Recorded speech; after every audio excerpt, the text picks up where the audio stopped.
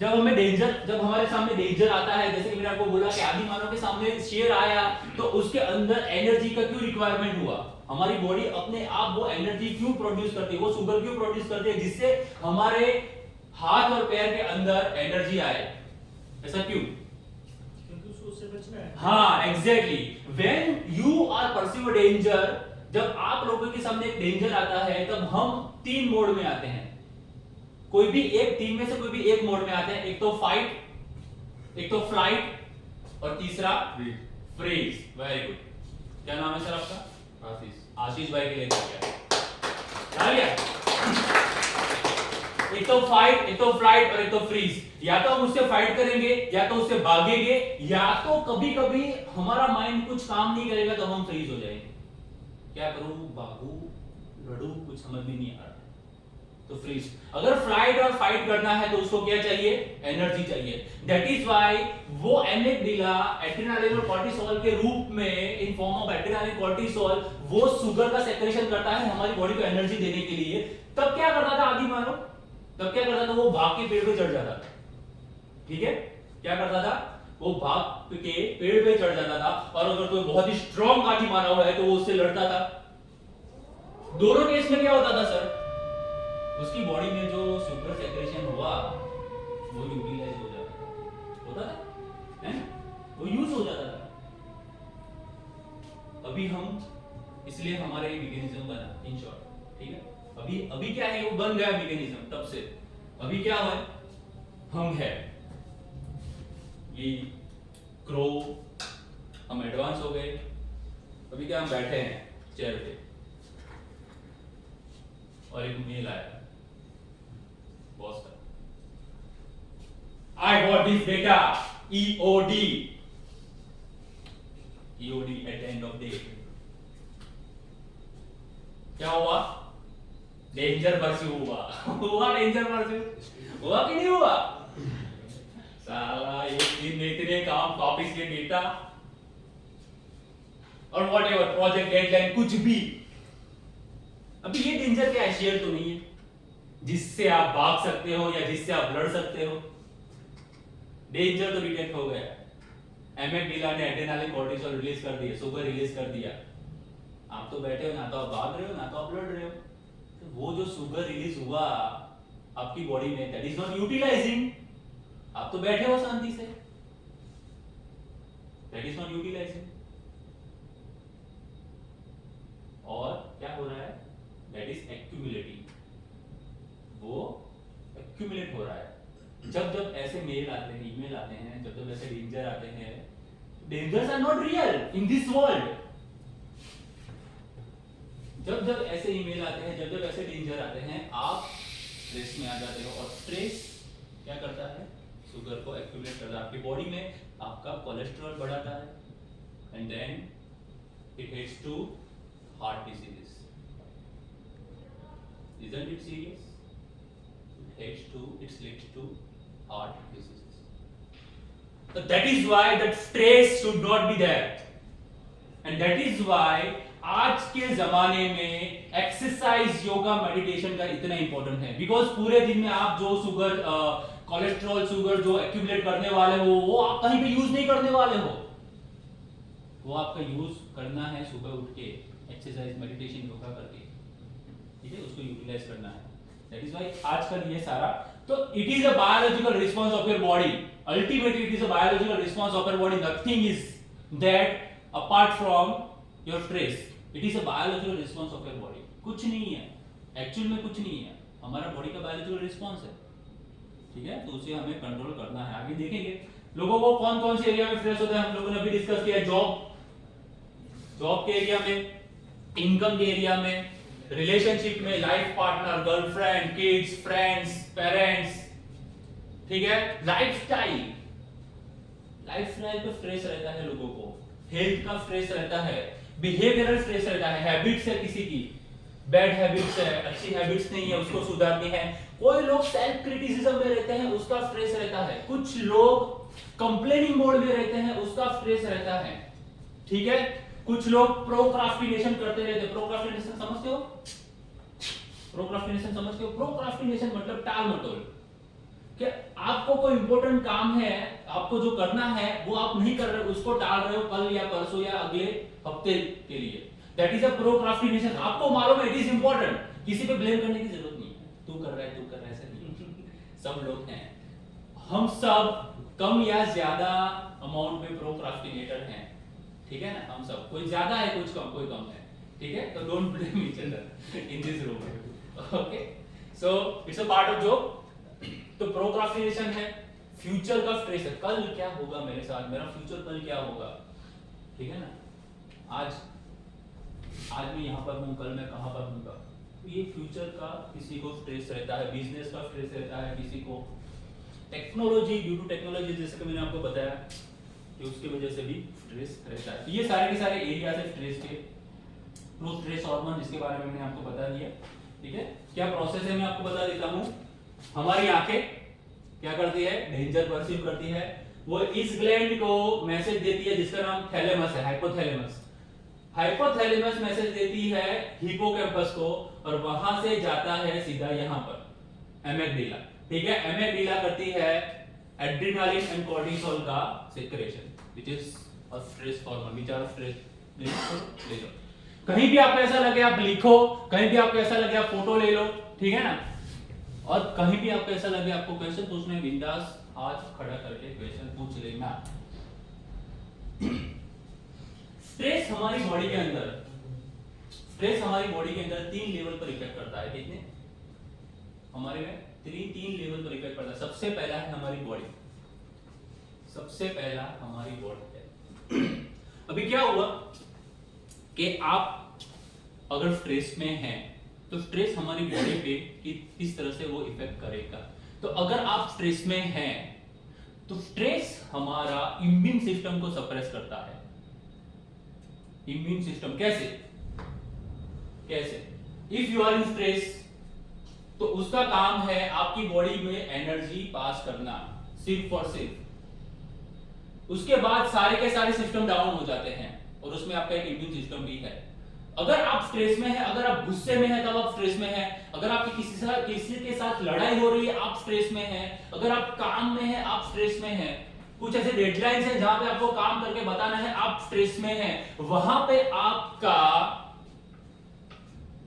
Cholesterol level बढ़ रहा है, शुगर लेवल बढ़ रहा है, आपकी एक्सट्रीमिटीज मतलब कि आपके हाथ और पैर, उसमें आपको एनर्जी मिल रही है, बट आपकी सारी अदर सिस्टम्स आर सप्रेसिंग। उसमें आपका क्या है, एक इम्यून सिस्टम भी है, वो भी सप्रेस हो रहा है, ठीक है, वो भी सप्रेस हो रहा है due to stress.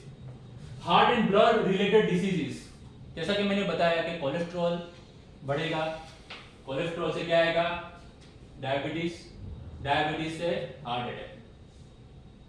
All these heart, high blood pressure, low blood pressure, all these heart related diseases comes from stress. आप ऐसा नहीं है कि आप मीठा खाओगे तो डायबिटीज होता है। कभी कभी कुछ लोगों को डायबिटीज निकलता है, वो बोलते हैं मैं तो कुछ कभी भी मीठा नहीं खाता हूं, तो तब डॉक्टर ऐसा बोलता है कि ऐसा नहीं है कि मीठा खाने से डायबिटीज होता है। हाँ, डायबिटीज होने के बाद मीठा नहीं खाना चाहिए, लेकिन अगर आप बहुत ज्यादा मीठा खा रहे हो तो आपको डायबिटीज होगा, ऐसा कुछ जरूरी नहीं है। डायबिटीज होता है ड्यू टू स्ट्रेस। स्ट्रेस मत लो, ऐसा डॉक्टर बोलते हैं, ज्यादा स्ट्रेस मत लो।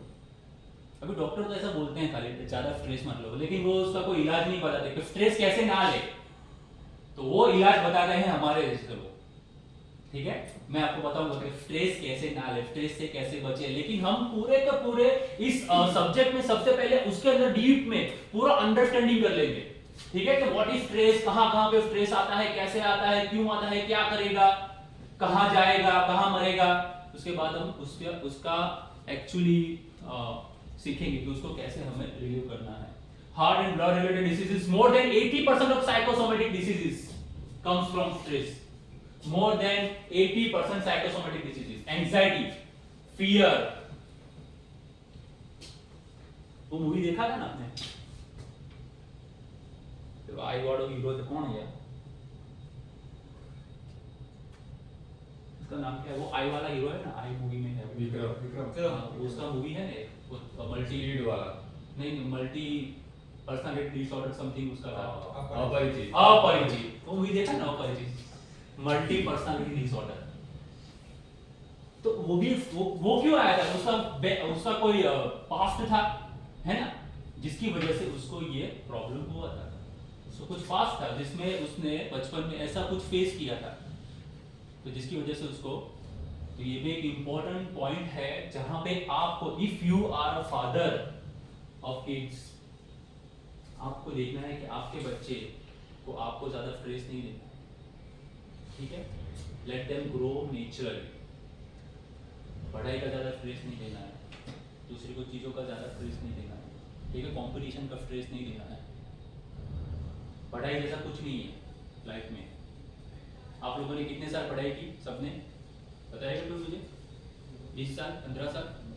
अच्छा मुझे ये बताओ कि जो आप लोगों ने पढ़ा, शुभम भाई 15-20 साल पढ़ा आपने, सेफ्टी का कोर्स 1 साल का, ठीक है? जो आपने 15-20 साल पढ़ा उसमें से कितने परसेंटेज आप यूज कर रहे हो अभी अपने प्रोफेशन में? How many percentage you are using in your right now profession, current profession? How many percentage? तो एज सच पढ़ाई का कोई स्ट्रेस नहीं है, होना भी नहीं चाहिए, देना भी नहीं चाहिए बच्चों को। There is a girl named Subhashini Shah, अगर आपने देखा होगा, सुभाषिनी शाह करके एक लड़की है जो माइंड रीडर है, जो ऐसे बैठे बैठे शुभम भाई क्या सोच रहे हैं ना वो बता देती है। अभी काफी वायरल हुआ था। हाँ अभी काफी वायरल हुआ तो है ना, जो बाबा ने उसके साथ हाँ, वो 33-34 साल की लड़की है, शी इज हार्डली 33 और 34 ईयर ओल्ड गर्ल। उसकी मदर ने उसकी पढ़ाई फ्रॉम द सेकंड स्टैंडर्ड छुड़वा दी थी, वो पढ़ी नहीं है वो लड़की फ्रॉम द सेकंड स्टैंडर्ड, और उसको पूरी दुनिया ट्रैवल करवाई। अब देखो अभी वो बोलती है, क्या बोलती है, ऐसी फर्राटेदार स्पीच है उसकी, अच्छे अच्छों के सामने, उसके सामने अच्छे अच्छों की हवा निकल जाती है, ऐसी उसकी स्पीच है। अपार्ट फ्रॉम दैट उसका स्किल तो है ही अलग से, उसका एक स्किल तो है ही अलग से, माइंड रीडिंग करना। और लोग लिटरली पीपल आर अमेज्ड, लोग मतलब कि आश्चर्यचकित हो जाते हैं, अमेज हो जाते हैं, क्या बता रही है यार, कैसे बता रही है? हार्डली शी इज अ 33 और 34 ओल्ड ईयर गर्ल, हार्डली। तो ऐसा सच पढ़ाई का अपना कोई स्ट्रेस होना भी नहीं चाहिए, देना भी नहीं चाहिए, ठीक है? अभी आप लोगों को मालूम पड़ गया, तो अभी अगर आप, if you are a father of kid, और अगर बनने वाले हो, सोच लेना, ठीक है ना? तो दूसरा है हमारी इंटेलिजेंस के ऊपर स्ट्रेस की इफेक्ट होती है। कैसे? हाउ? तो जब हम लोग स्ट्रेस में होते हैं, ये क्या है मालूम है? ये हमारा फोरहेड है, इसके अंदर है प्री फ्रंटल कॉर्टेक्स। हमारे ब्रेन के 2-3 पार्ट हैं, ठीक है? रेप्टिलियन ब्रेन वगैरह वगैरह वगैरह। तो ये है हमारा नियोकॉर्टेक्स बोलते हैं या तो प्री फ्रंटल कॉर्टेक्स बोलते हैं। उसका काम क्या है? इसका काम है इंटेलिजेंस। जो भी इंटेलिजेंस आप यूज करते हो, जो भी लॉजिकल पावर आप यूज करते हो, जो भी डिसीजन मेकिंग पावर आपका है, जो भी क्लैरिटी आपको आती है, ये यहां से होती है। Now what happen that once you are in stress, आपका ये प्रीफ्रंटल कॉर्टेक्स जो है वो ब्लॉक हो जाता है, आपकी सोचने समझने की शक्ति खत्म हो जाती है। अल्टीमेटली क्या हुआ? अगर ये ब्लॉक हो गया, then your intelligence will gone, your decision making power will gone, your clarity will gone, all the things operated from here will gone. क्या होता है इसका मैं एग्जांपल देता हूं। जब आप कभी गुस्से में होते हो, या आपने देखा होगा अगर कोई बंदा है जिसको बहुत गुस्सा आता है, आपकी फैमिली में, प्रोफेशन में, कहीं पर भी, वर्क एरिया में, कहीं पर भी कोई भी बंदा है या आप हो जिसको बहुत ज्यादा गुस्सा आता है, तो क्या होता है जब हम गुस्से में होते हैं, और जब हम जो बंदे के ऊपर गुस्सा करते हैं, अपना दोस्त है, अपना बच्चा है, अपनी वाइफ है, व्हाटएवर, कभी कभी हम लोग ज्यादा एग्रेसिव हो जाते हैं, एंड देन हम अनाप शनाप, गाली गलौज, मारपीट, कुछ भी कर देते हैं। होता है? थोड़ी देर बाद जब आपका गुस्सा ठंडा होता है तो क्या होता है? यू गॉट रियलाइज, यार ये मैंने बहुत गलत कर दिया। होता है ऐसा? देखा है आपने? डेफिनेट। क्यों ऐसा क्यों हुआ? जब वो गुस्से में थे तब वो आपको विजडम कहां गई आपकी, तब वो आपकी समझ कहां गई? क्योंकि जब आप गुस्से में थे आपका स्ट्रेस लेवल एकदम हाई था, आपका प्री फ्रंटल कॉर्टेक्स ब्लॉक था, and then whatever you act, आपको उसका कोई होश नहीं था. And then you realized that it was a very wrong act by me. That is the proof, that is the example कि आपका प्रीफ्रंटल कॉर्टेक्स, आपकी सोचने समझने की शक्ति वहां पर चली जाती है. क्यों? क्योंकि आप अगर स्ट्रेस में है, देन आपको फाइट या फ्लाइट मोड में है, तो आप किसी कुछ और सोचने के लायक नहीं है. आपको या तो फाइट करना है या तो फ्लाइट करना है. आप कुछ और सोचने के लायक नहीं है. दैट इज व्हाई हमारी इंटेलिजेंस के ऊपर इसका इफेक्ट होता है. हमारे लॉजिकल पावर के ऊपर, डिसीजन मेकिंग पावर के ऊपर, ability to make choices, understanding power, addiction भी स्ट्रेस की वजह से आते हैं. मोर देन 90% एडिक्शन जो होते हैं वो कैसे आते हैं? स्ट्रेस की वजह से आते हैं. 10% एडिक्शन जो है वो ऐसे ही क्यूरियोसिटी की वजह से आते हैं. क्या देखते हैं सुट्ठा मार के, क्या हाइप मिलती है, कौन सा वाला वो मिलता है. बाकी मोर देन 90% एडिक्शन कैसे आते हैं? स्ट्रेस की वजह से आते हैं. ठीक है, काम का स्ट्रेस, फैमिली का स्ट्रेस, कुछ भी.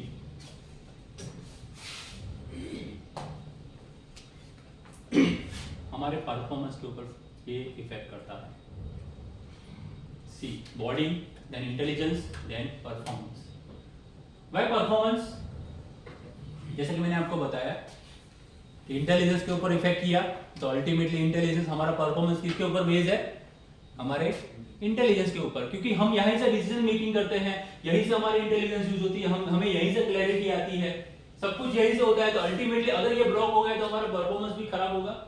इसका भी एक एग्जांपल लेते हैं. तो बताएगा मुझे कोई और एग्जांपल इसका? इसमें मैंने लिखा है वैसे एग्जाम का स्ट्रेस. बच्चे जो होते हैं वो पढ़ाई करते हैं. एग्जाम हॉल एक अलग लेवल का एटमॉस्फेयर है, स्ट्रेस्ड एटमॉस्फेयर. एग्जाम हॉल, अगर कोई बच्चा है उसने अच्छी पढ़ाई की है, ठीक है, अगर कोई बच्चा उसने अच्छी पढ़ाई की है, अभी एग्जाम हॉल में गया, स्पेशली बोर्ड एग्जाम्स, उसका अलग लेवल का स्ट्रेस होता है बोर्ड्स का. और 12th साइंस का तो आप पूछो ही मत. ठीक है, उसका तो मतलब कि ऐसा, मतलब कि डायनासोर जितना बड़ा उसको बना दिया है. शेर भी नहीं बोल सकता है कि डायनासोर जितना बड़ा बना दिया है 12th साइंस को, बोर्ड्स को. अब सारे के सारे मे बी इंजीनियर्स होंगे 12th में से, 12th साइंस में से निकले होंगे. ठीक है, मैं भी इंजीनियर तो नहीं था, एमएससी था, तो मैंने भी 12th साइंस फेस किया है. तो क्या होता है कि उसने अच्छी पढ़ाई की है, एग्जाम हॉल में गया बोर्ड्स में, एंड देन पहला ऐसा क्वेश्चन जो थोड़ा सा एग्जामिनर थोड़ा सा चूतिया निकल गया कि उसने थोड़ा सा ट्विस्ट करके पूछ लिया. तो कीड़ा होता है ना, एग्जामिनर का भी कीड़ा होता है. हाँ, इसको मैं ट्विस्ट करके पूछूंगा. बच्चे घूमने चाहिए, बच्चे सोचते तेरे को क्या मालूम, बेचारा ऑलरेडी स्ट्रेस में है, सीधा पूछना भाई. हैं? ऐसा नहीं करना चाहिए एग्जामिनर्स को, है ना? एग्जामिन नहीं करना चाहिए. क्या तुम क्या तोड़ लोगे यार? ठीक है, अभी समझते हैं. तो ये मेरे फैमिली का एक एग्जांपल है, लाइफ सच रियल लाइफ एग्जांपल है. मेरे मामा का लड़का इन 1992, तब की बात कर रहा हूँ मैं, 20-25 साल पहले की बात कर रहा हूँ.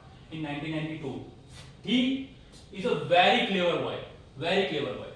In 12th साइंस बोर्ड्स के एग्जाम में पहले ही पेपर में, पेपर देख के भाई वो चक्कर आके गिर गया इन एग्जाम हॉल. मेरे सगे मामा का लड़का इन एग्जाम हॉल, बोर्ड के 12th के एग्जाम में पहले ही पेपर में पेपर देख के वो चक्कर खा के नीचे गिरा. उसको वो साल के लिए एडमिट करना पड़ा, ड्रॉप लेना पड़ा. And then he appeared next year again and he got 85%. ठीक है, तो वो क्लेवर नहीं होता तो नेक्स्ट ईयर में 85 नहीं आते उसके. he got 85% and he got the admission in mechanical engineering before 25 years. तो अभी मैकेनिकल इंजीनियरिंग का उतना इंपॉर्टेंट नहीं है. तब आपको मालूम है, अगर आप उस टाइम के हैं, मेरी एज 37 है, मुझे मालूम है कि उस टाइम पे मैकेनिकल इंजीनियरिंग में एडमिशन मिलता था जब आपके परसेंटेज 80 प्लस 85 प्लस होते थे, तब. बाकी नहीं मिलता था आपको. मैकेनिकल है, इलेक्ट्रिकल है, कुछ भी है. तो at that time he got the admission in Modasa College in mechanical engineering. See, so this is the life example I am sharing with you. तो एग्जाम कैसा स्ट्रेस होता है, तो क्या होता है, आपके परफॉर्मेंस पर इफेक्ट पड़ी. ठीक है ना, अल्टीमेटली उसका पूरा एक साल बिगड़ गया है, तो इतना बड़ा स्ट्रेस नहीं होना चाहिए। उसमें थोड़े मेरे मामा लोगों का भी कंट्रीब्यूशन था उस स्ट्रेस में, तो होता है। तो फैमिली पेरेंट्स का बहुत बड़ा रोल होता है एग्जाम्स में, बहुत बड़ा रोल होता है। इट्स ओके, बच्चा फेल हो गया तो भी क्या प्रॉब्लम है, एक साल और कर लेगा वो। कोई देखो जल्दी पास करके कोई झंडे नहीं गाड़ने वाले, कोई झंडे नहीं गाड़ने वाले जल्दी पास करके, ठीक है। स्टेज परफॉर्मेंस का भी स्ट्रेस रहता है, जैसे कि मैं हूं, आज मुझे यहाँ पे स्टेज परफॉर्मेंस करना है, अगर मैं स्ट्रेस में हूं ज्यादा तो हो सकता है मेरा परफॉर्मेंस बिगड़ सकता है, हो सकता है। 5 areas of stress।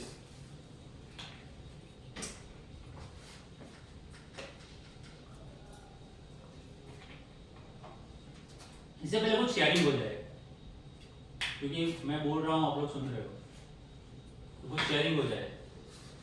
कैसा लग रहा है, कुछ क्वेश्चन है, कुछ भी सर, कुछ क्वेश्चन ऐसा लग रहा है, क्या है, होना चाहिए कि नहीं होना चाहिए, नहीं अच्छा लग रहा है वो नहीं सुनना, वो अच्छा लग रहा है वो तो सुनना ही, मुझे ऐसा सुनना है कि बुरा लग रहा है, नहीं मजा आ रहा है, ऐसा सुनना है। कुछ भी, कोई क्वेश्चन है, कुछ भी शेयरिंग है आपका, anything, it should be two-way communication, because I am not your teacher or sir, I am a trainer, okay, I am a coach, I am a speaker। Future stress है, उसको कैसे कम कर सकते हैं? कौन सा फ्यूचर वाला। फ्यूचर वाला स्ट्रेस? सी, फ्यूचर के स्ट्रेस को, वेरी गुड क्वेश्चन सर, आपका नाम? जिग्नेश भाई, के लिए ताली, बहुत सारी ताली, क्योंकि उन्होंने जो किया वो आपने नहीं किया, क्वेश्चन पूछा, थैंक यू जिग्नेश भाई। फ्यूचर स्ट्रेस, ठीक है, तो क्या आपको मालूम है कि आपका फ्यूचर क्या है? नहीं मालूम, इसलिए तो हमें स्ट्रेस है, ठीक है ना। फ्यूचर क्या है वो हमें मालूम नहीं है, इसलिए हमारा स्ट्रेस है। That is why we are in stress, because क्या है कि हमें मालूम नहीं है कि फ्यूचर क्या है। भाई फ्यूचर को आप कैसे डिफाइन करोगे? How you will define future? Future को कैसे डिफाइन करोगे? मुझे नहीं मालूम है कल मेरे साथ क्या होने वाला है। I don't know that what will be happen with me tomorrow